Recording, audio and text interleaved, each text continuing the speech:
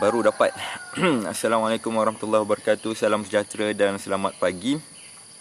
Minta maaf, ni cuaca sekarang saya sedang live di Pengkalan Hulu Perak. Ni baru lepas hujan yang lebat pagi tadi. Ni pun cuaca line coverage tak berapa nak cantik putus-putus. So kita terpaksa live lewat hari ni. Sekejap saya tunjuk view kampung saya Tengok suasana pagi Tengok suasana pagi dia. Ni pukul hampir pukul 10 masih ada kabus lagi.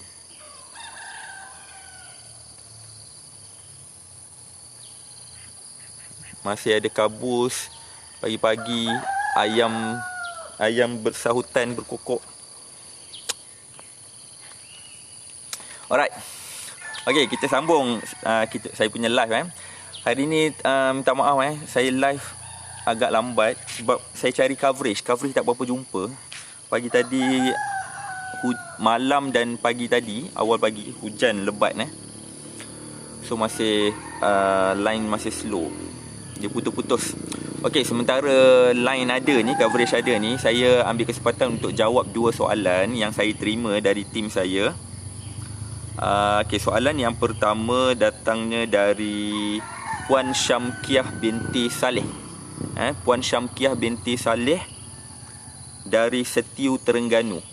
Okey, dari Setiu, Terengganu. Okey, dia tanya, dia kata saya dah lama follow doktor, cuma saya tak pernah komen je. Buku pun saya dah beli. Sekarang saya nak tanya, saya dah lama amalkan sarapan buah dan salad sayur-sayuran. Tapi betul ke saya buat dalam salad tu saya letak sedikit mayonis semasa nak makan? Mohon pencerahan. Okey. Sebelum tu saya ucapkan tahniah kepada Puan Syamkiah binti Saleh ni. Dari Setiu Terengganu, kerana dia amalkan buah dan salad sayur-sayuran waktu sarapan. Okey, saya nak puji dulu. Yang ni antara habit makan yang sangat baik Awal-awal pagi sebelum kita breakfast, makanan biasa, makan buah dulu. Dia rutin pagi yang terbaik dia macam ni kita bangun pagi, kalau Muslim kita solat tu adalah meditasi terbaik. Okey, meditasi terbaik kena amalkan. Dia bagi kita mind terapi minda. Pada masa sama, bila kita minda kita dalam mood tenang maka itu juga menyumbang kepada aspek kesihatan dalaman, rohani, jiwa. So pun mendorong pada kesihatan fizikal juga. So mood kena tenang dulu, right? So itu kita rutin harian biasalah. So sebelum kita solat subuh, bangun pagi, amalkan minum air 1 cawan. Air suam 1 cawan. Kita minum air suam 1 cawan. Dia sebab apa bagus untuk amalkan air suam 1 cawan? Bangun pagi kita minum supaya kita flush. Bila kita berada dalam keadaan berbaring, cecair hasil sisa pencernaan kita masih ada pada kawasan perut kita, masih ada hasil sisa pencernaan tersebut. Jadi bila kita minum air, kita flush, kita bersihkan dulu laluan esophagus kita dengan air. Kita flush siap-siap. Lepas tu kita pergi tandas. Jadi kan dia rutin. Bangun pagi minum air, terus ke tandas. Sebab apa terus ke tandas? Supaya kita nak disiplinkan diri kita supaya awal pagi adalah the best time untuk buang air besar. Awal pagi, the best time untuk buang air besar. Yang terbaik antara 5 sampai 7 pagi. Cuba jadikan ini amalan. Kalau tak 5 sampai 7 pagi, sebelum sarapan. Maksudnya sebelum sarapan, jadikan amalan, disiplinkan diri untuk buang air besar. Ini kita boleh ajar. Kita boleh ajar diri kita awal pagi, ini adalah waktu untuk buang air besar.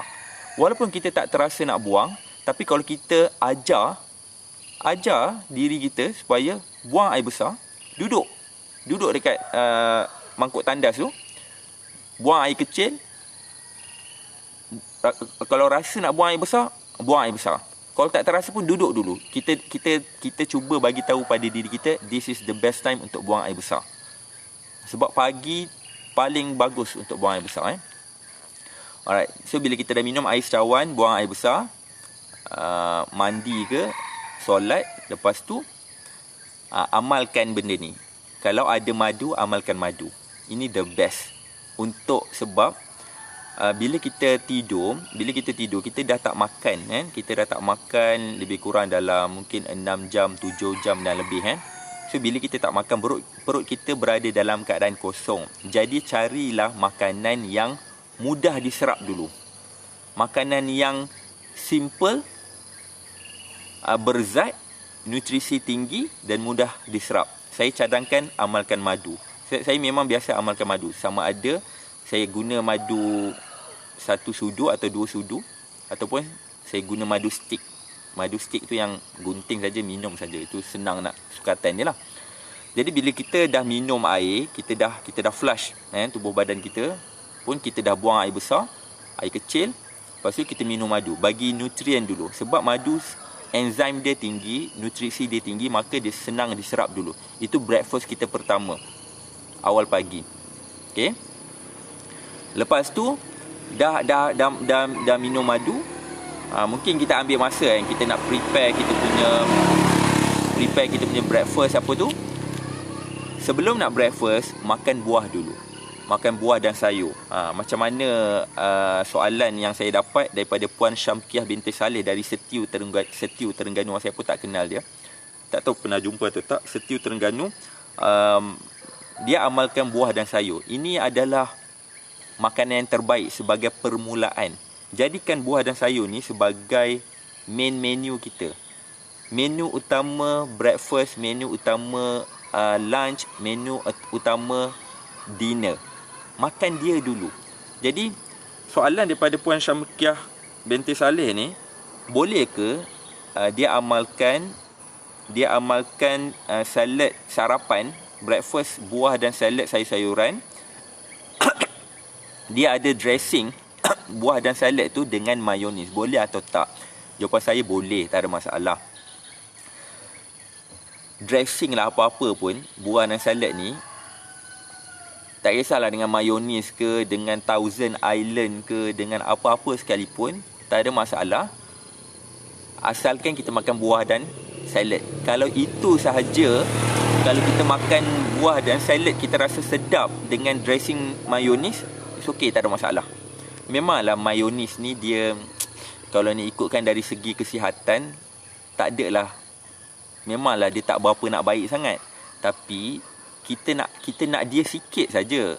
Sebab menu utama adalah buah dan salad dan sayuran tu. So kita dressing sikit nak bagi rasa, nak bagi naikkan rasa. Jadi jawapan saya tak ada masalah. Teruskan, tak ada masalah. Janji yang penting menu utama tu kita dah masukkan dulu.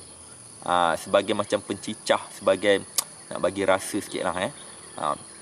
Kalau saya, buah saya suka makan raw macam tu saja, tak ada dressing. Sebab saya tak suka makan mayonis. Even kalau kita makan apa, burger macam mana pun, saya tak suka letak mayonis.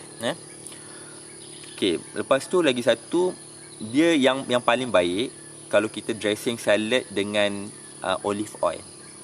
Baik olive oil.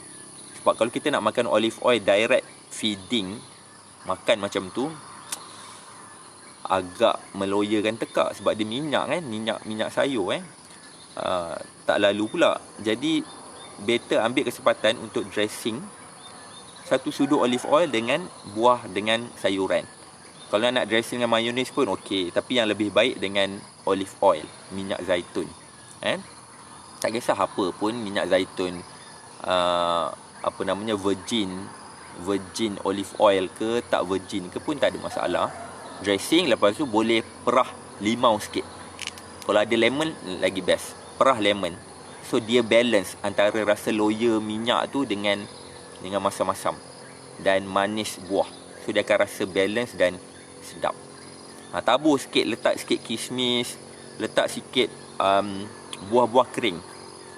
Saya kalau dekat KL memang sentiasa ada buah-buah kering, buah kismis, buah-buah kering, buah-buah cranberry kering, ada lagi apricot kering. So saya potong hiris halus-halus, letak.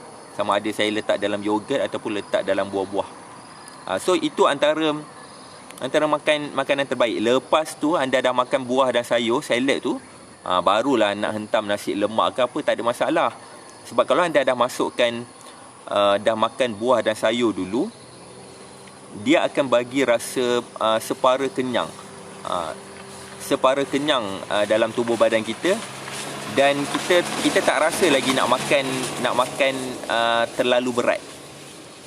Kalau kita makan buah sayur dulu, kita dah rasa macam separa kenyang.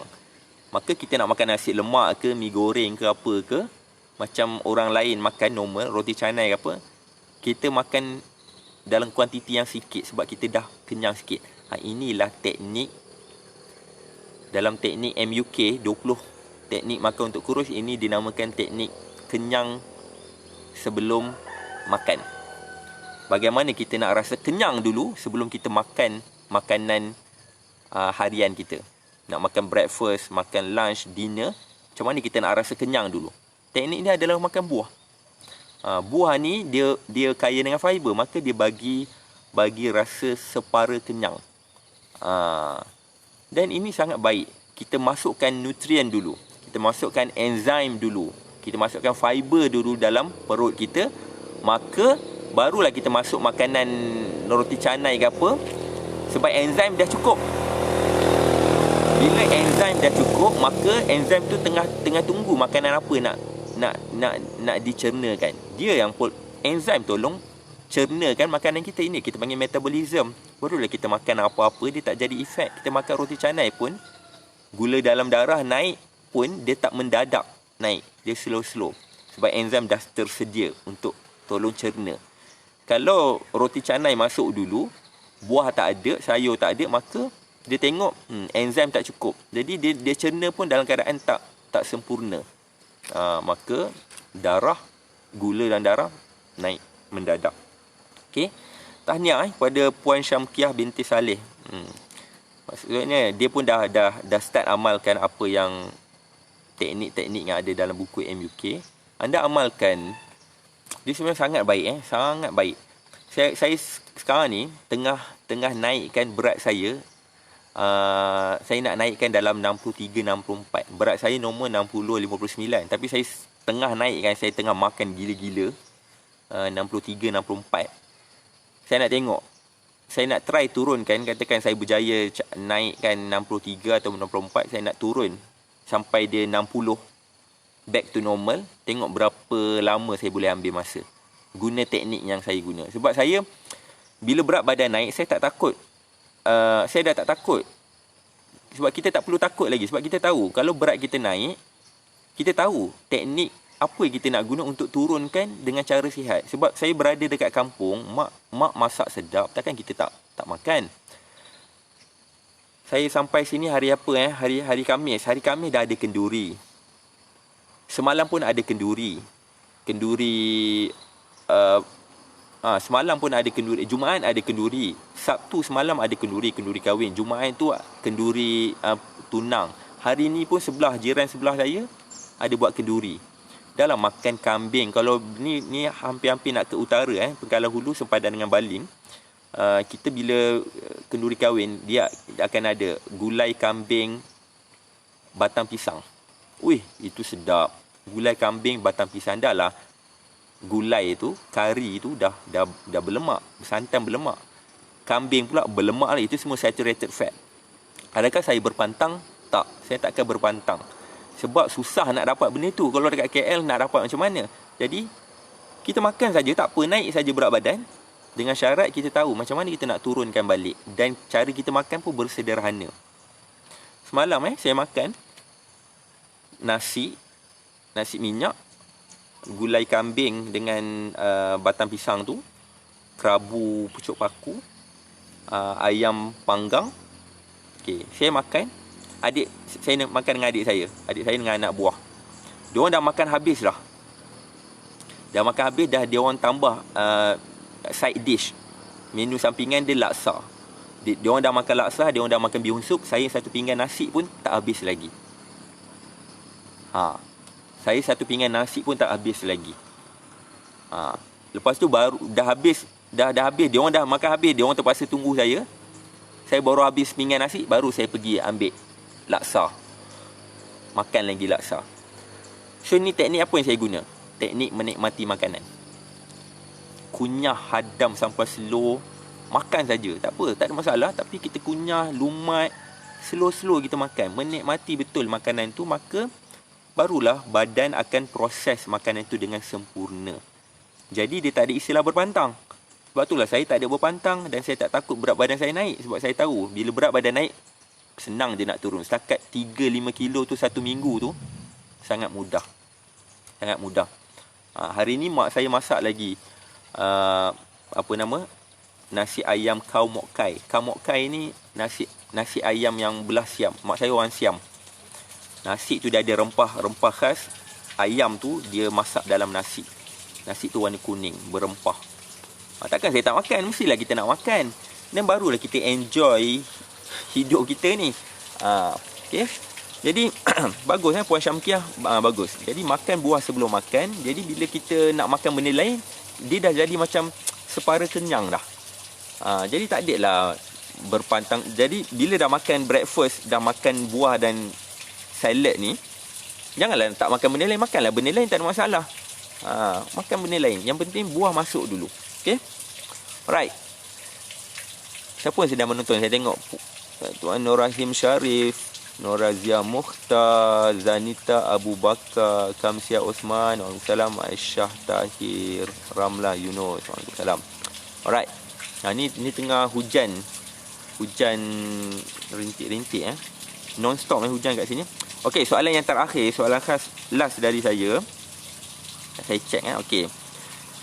Ni tim saya forward kat saya daripada Rachel. Betul ke sebutan Rachel? Nak tanya macam mana nak kurangkan lemak sebab sekarang ni dalam proses jaga pemakanan. Alright, nak kurangkan lemak ni macam ni First kali nak kurangkan lemak, pertama sekali jangan masukkan lemak.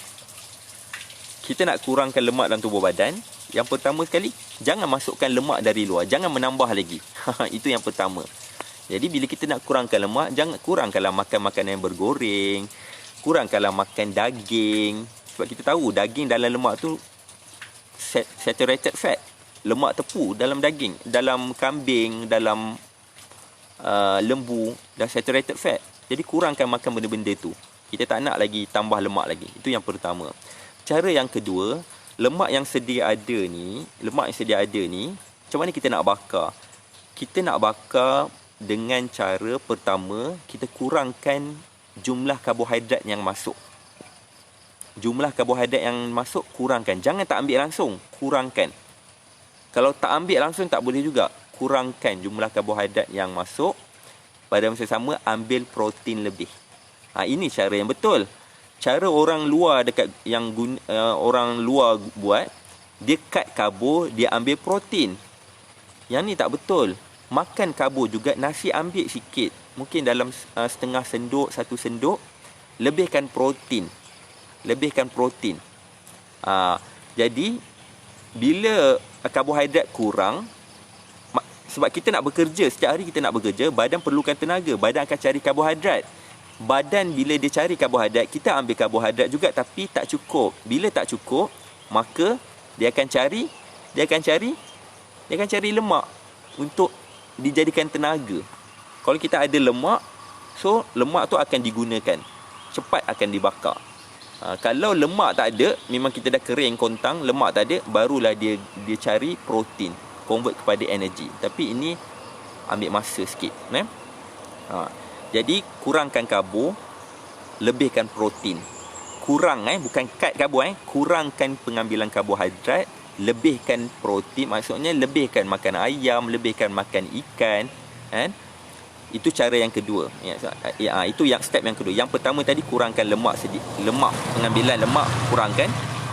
Yang kedua, kurangkan karbo, lebihkan protein. Yang ketiga, exercise. Ini saja. Exercise ni dia lagi cepat untuk bakar lebih. Jadi exercise apa yang nak buat untuk lagi cepat lemak tu dibakar? Exercise yang melibatkan angkat benda berat yang membina muscle. Sebab tadi kita kurang karbo dan kita ambil protein lebih. Jadi protein yang lebih ni perlu dibakar juga. Kalau tidak, uric acid tinggi. Jadi bila protein yang lebih kita ambil ni, dia dibakar dengan cara kita buat senaman muscle, angkat berat. Pergi masuk gym, pergi angkat berat. Jadi protein tu baru dibakar untuk jadi muscle. Maka lemak tadi akan dicairkan.